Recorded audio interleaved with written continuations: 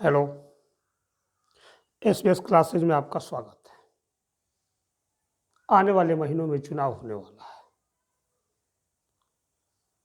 और इसकी आंच, इसकी ताप से सभी राजनीतिक दल पूरी तरह से नहाए हुए हैं। जब डिबेट में अश्लील अमर्यादित भाषा का प्रयोग होने लगे, जब माइक तोड़कर फेंके जाने लगे,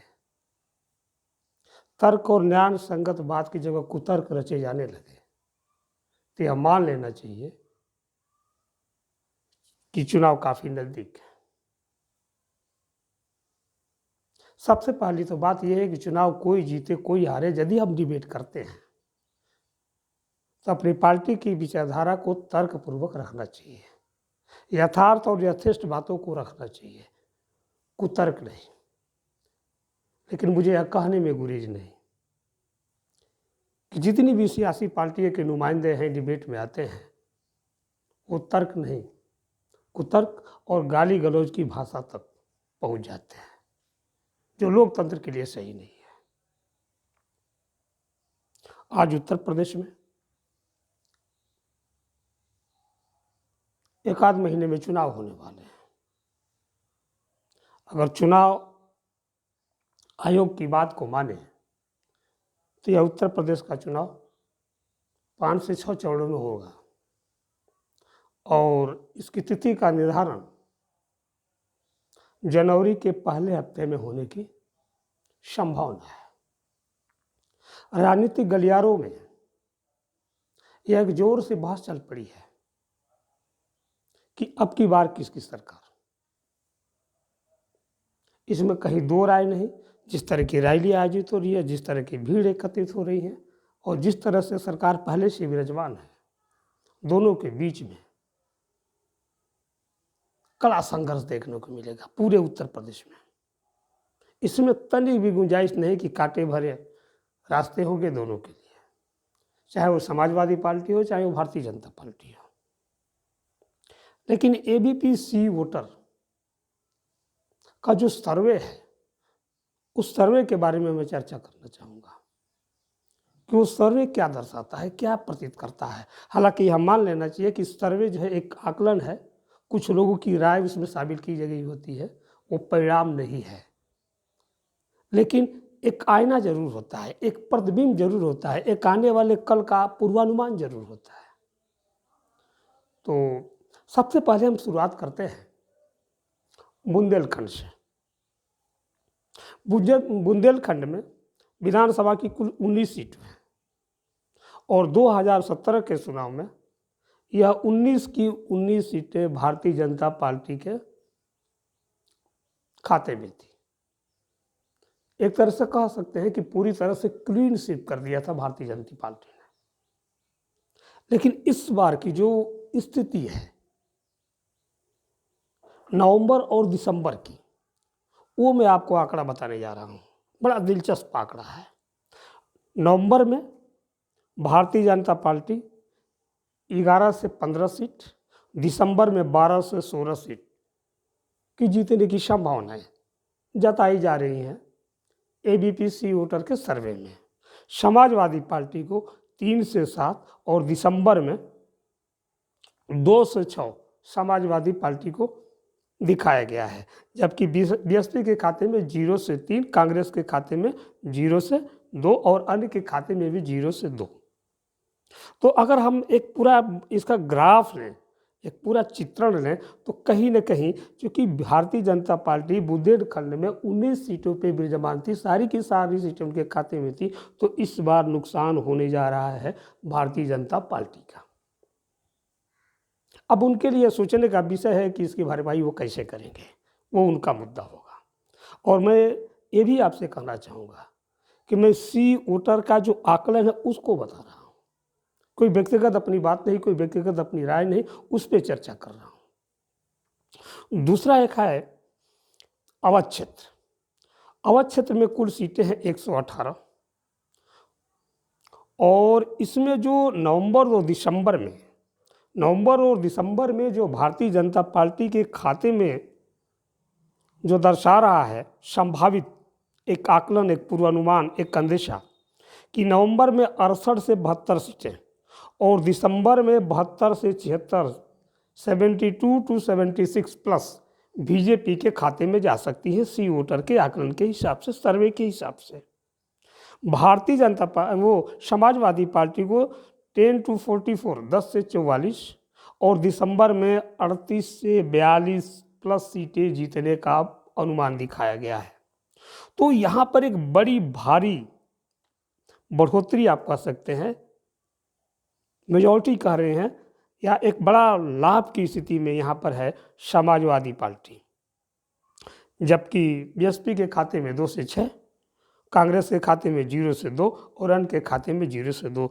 तो अगर अवध क्षेत्र की बात करें 118 सीटों में, तो यहाँ पर काफ़ी नुकसान होने जा रहा है भारतीय जनता पार्टी का, और जो लाभ मिल रहा है वो मिल रहा है समाजवादी पार्टी को। तो 2 क्षेत्रों का मैंने आपको अवलोकन करके बताया सी सर्वे के हिसाब से कि बुंदेलखंड में 19 सीटों में भी भाजपा का नुकसान हो रहा है, और दूसरा जो अवध क्षेत्र है जिसमें 118 सीटें हैं, इसमें भी भारतीय जनता पार्टी का नुकसान होने जा रहा है, और जो बढ़त मिल रहा है वो समाजवादी पार्टी को, सर्वे के हिसाब से बता रहा हूँ। तीसरा क्षेत्र आता है पश्चिमी उत्तर प्रदेश या पश्चिमांचल के नाम से भी जाना जाता है। कुल सीटें हैं 136। पिछले चुनाव में भारतीय जनता पार्टी को 2017 के विधानसभा चुनाव में भारतीय जनता पार्टी को 109 सीटें मिली थी, समाजवादी पार्टी को 21 सीटें मिली थी। और इस समय का जो वोट प्रतिशत वो बता रहा हूँ पश्चिमी उत्तर प्रदेश का, कि नवंबर में भारतीय जनता पार्टी को 39% और दिसंबर में 40%, यानी इस दिसंबर में 1% वोटों की बढ़ोतरी हुई है, इजाफा हुआ है। जबकि समाजवादी पार्टी नवंबर में भी 33% और दिसंबर में भी 33%, और ये बहुजन समाज पार्टी 16% नवंबर में भी और 16% दिसंबर में भी। अगर हम सीटों के हिसाब से देखें एबीपी वोटर के सर्वे के अनुसार, तो भारतीय जनता पार्टी को 65 से 69 सीटें मिल सकती हैं, जबकि समाजवादी पार्टी को 58 से 62 सीटें मिल सकती हैं।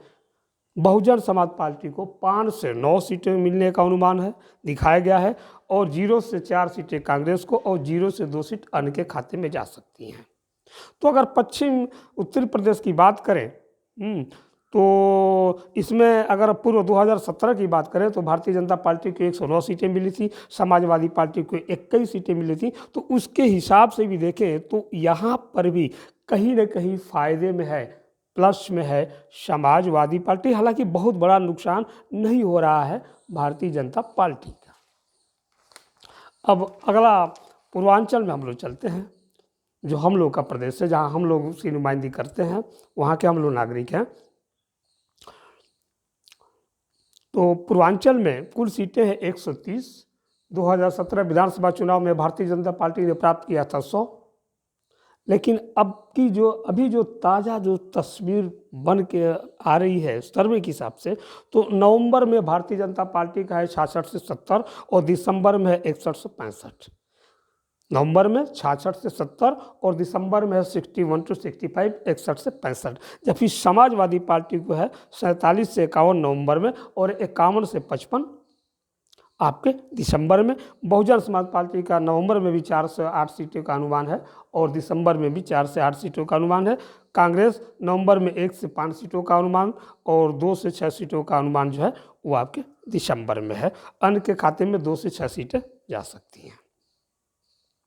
अब यदि हम सबका अगर एक मेच्योर आकलन करें तो 2017 में जो भारतीय जनता पार्टी की सरकार बनी थी, कुल सीटें थी 403 और भारतीय जनता पार्टी की टोटल सीटें थी 403 और भारतीय जनता पार्टी ने एक बड़ी मेजॉरिटी के साथ लगभग मतलब 325 सीटों पर जो है अपना कब्जा जमाया था। जबकि समाजवादी पार्टी के खाते में 48 सीटें थी, बीएसपी के खाते में 19 सीटें थी। ये 2017 की स्थिति आपको बता रहा हूं। और इस समय जो सितंबर से जो ट्रेंड चला आ रहा है, सितंबर से जो ट्रेंड चला आ रहा है भारतीय जनता पार्टी का, वो मैं आपको बता रहा हूं कि सितंबर में सी वोटर के सर्वे के अनुसार जो अनुमान था 259 से 267 सीटें अक्टूबर में जाके और वो नीचे आया 241 से 249 सीटें, नवंबर में 213 से 221 सीटें और दिसंबर में 212 से लेकर 224 सीटें। तो ये जो नवंबर और दिसंबर के आंकड़ों पर यदि हम गौर करें तो इसमें कोई खास तब्दीली नहीं है, यानी नवंबर दिसंबर के बाद जो गिरने का सिलसिला था भारतीय जनता पार्टी का वो वहीं पर स्थिर है। ये खतरे की घंटी है समाजवादी पार्टी के लिए, क्योंकि 267 से नीचे आते आते 213 तक तो आया, लेकिन 213 के बाद 212 और 224 के बीच में नवंबर और दिसंबर के बीच में बिल्कुल एक मानक पे ही स्थिर है। यहाँ से हम नीचे नहीं जा रहा है, ये कठिन चुनौती होगी। अब समाजवादी पार्टी का हम देखते हैं सितंबर से लेकर और दिसंबर तक। सितंबर में 109 से 117 सीटों का अनुमान था। एबीपीसी वोटर सर्वे के अनुसार 130 से 138 वोटों का अनुमान था आपके अक्टूबर में, और 152 से 160 सीटों का अनुमान था आपका नवंबर में, जबकि लगभग यही स्थिति आज भी दिसंबर में भी लगभग यही स्थिति 152 से लेकर 165 सीटों के बीच में पूर्वानुमान सी वोटर के सर्वे में दिखाया गया है। अब सवाल उठता है कि सरकार बनेगी किसकी? इसमें तो कोई संदेह नहीं, जरा भी रत्ती भर कि यह पूरा उत्तर प्रदेश दो पार्टियों के बीच में द्वंद्व है। एक जो सरकार है भारतीय जनता पार्टी, और एक जो उनके विपक्ष में है समाजवादी पार्टी। लेकिन अभी भी अगर हम पूरे होल उत्तर प्रदेश के अगर एवरेज को हम देखें तो 40 से 41% मतदाता पूरे उत्तर प्रदेश में भारतीय जनता पार्टी के पास, और 33 से 34% या 33 से 35% मान सकते हैं समाजवादी पार्टी के पास। ये जो 5% का गैप्स है, जब तक यह भरा नहीं जाएगा तब तक यह कड़ी चुनौती होगी समाजवादी पार्टी के लिए। और समाजवादी पार्टी के कुछ छोटे छोटे गठबंधन हैं, जो जैसे पूर्वांचल में उनका गठबंधन है भाजपा के ओम प्रकाश राजभर जी से, महान दल के सुप्रीमो हैं केशव देव मौर्य, और जनवादी पार्टी के संजय चौहान, राष्ट्रीय लोक दल के श्री जयंत चौधरी। इन लोगों का एक अलायंस है, जिनका अलायंस समाजवादी पार्टी से हुआ है, जिसकी वजह से यह ताकत बढ़ी है। अब सवाल एक उठता है, मेरे भी मन में है, आपके भी मन में है कि ज़्यादा वक्त रह नहीं गया है।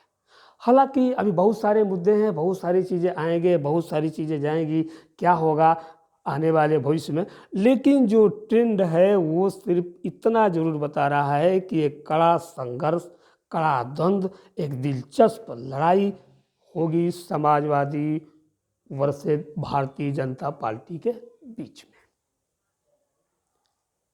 लेकिन कुछ और आंकड़े आपको दे रहे हैं। अभी प्रधानमंत्री नरेंद्र मोदी जी का आगमन हुआ था वाराणसी में, उनका सर्वे कराया गया। तो सर्वे कराया गया तो पूरे उत्तर प्रदेश में सर्वे में ये आया कि 57% लोग ऐसे थे जो मानते थे कि इसका बड़ा अच्छा प्रभाव पड़ेगा आगामी विधानसभा चुनाव पे, और 43% लोगों का कथन था कि कोई विशेष प्रभाव या कोई प्रभाव नहीं पड़ेगा। तो कंपैरिजन करें 43 और 57, तो यहाँ पर भी देख रहे हैं तो कहीं ना कहीं प्लस में जा रही है भारतीय जनता पार्टी। अब समाजवादी पार्टी के ये जो चार ओम प्रकाश राजभर जी, केशव देव मौर्य जी, संजय चौहान जी और श्रीमान जयंत चौधरी जी और पूर्व मुख्यमंत्री आदरणीय अखिलेश जी, यह आप लोगों के लिए चिंता का विषय है कि समय ज़्यादा रह नहीं गया है। ऐसे में कौन सी युक्ति लगाया जाए, कौन से उपाय किया जाए कि जो अपने धरातल के वोट हैं वो और जुटे, क्योंकि लड़ाई में अगर 5% का अंतर है तो अगर 2.5% भी प्लस माइनस होते हैं तो बड़ा पेचीदा हो जाएगा। लेकिन खुशखबरी भारतीय जनता पार्टी के लिए इसलिए है कि नवंबर और दिसंबर में जो उनका ट्रेंड चला आ रहा था वो वहाँ नवंबर और दिसंबर में जाके वो स्थिर है, वहाँ से नीचे नहीं जा रहा है। 212 से 224 वही स्थिति नवंबर में, वही स्थिति दिसंबर में, जबकि पीछे अगर उसके पीछे के माह में जाए तो वो ट्रेंड धीरे धीरे घटता आ रहा है और समाजवादी का बढ़ता हुआ आ रहा था। लेकिन यहाँ पे जो स्थिरता आ गई है, ये सोचने का विषय है, ये सोचने का विषय है। और अब तो आने वाला वक्त बताएगा कि चुनाव परिणाम आपको बताएंगे क्या होगा। लेकिन इतनी बात तो दावे के साथ कहा जा सकता है कि जरा सा कोई विशेष मुद्दा और जरा सा कोई चूक कुछ भी हो सकता है। और एक और दूसरी बात कि यह जो कुछ भी आपको किया गया है, तो ये एक पूर्वानुमान है, एक आईना है, एक प्रतिबिंब है, एक दर्पण है। मतलब मताधिकार के जो लोग हैं उनसे बात करके, उनसे एक राय लेकर के एक ये आकलन किया गया है। तो यह एक आकलन भर है, यह परिणाम नहीं है। अब आने वाला समय हम लोग इस बात का इंतजार करेंगे कि सरकार किसके पक्ष में बनती है। धन्यवाद।